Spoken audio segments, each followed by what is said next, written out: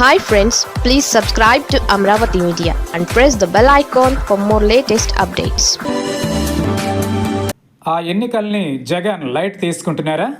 YCP అధినేత YS Jagan స్థానిక సంస్థల ఎన్నికలకు సిద్ధమవుతున్నట్లు కనిపించడం లేదు. మరో 2 నెలలు మాత్రమే ఎన్నికలకు సమయం ఉంది. జనవరిలో ఆంధ్రప్రదేశ్లో స్థానిక సంస్థల ఎన్నికలు ఉంటాయి. అయితే స్థానిక సంస్థల ఎన్నికలకు పార్టీ శ్రేణులను సమాయత్తం చేసే దిశగా మాత్రం జగన్ ఏమాత్రం ఫోకస్ పెట్టలేదు.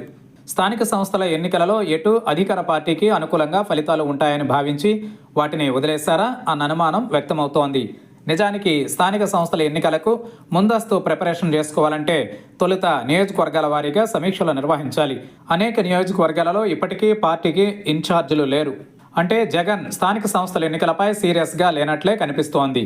అయితే స్థానిక సంస్థల ఎన్నికలు జరిగిన తర్వాత మాత్రమే తమ ఓటు బ్యాంక్, పార్టీ కేడర్ గ్రామ, మండల, మున్సిపాలిటీ, కార్పొరేషన్ స్థాయిలో స్థిరపడుతుందని జగన్ భావిస్తున్నప్పటికీ ఇప్పటి నుంచే ఎందుకన్న ధోరణిలో జగన్ ఉన్నట్లు కనిపిస్తోంది.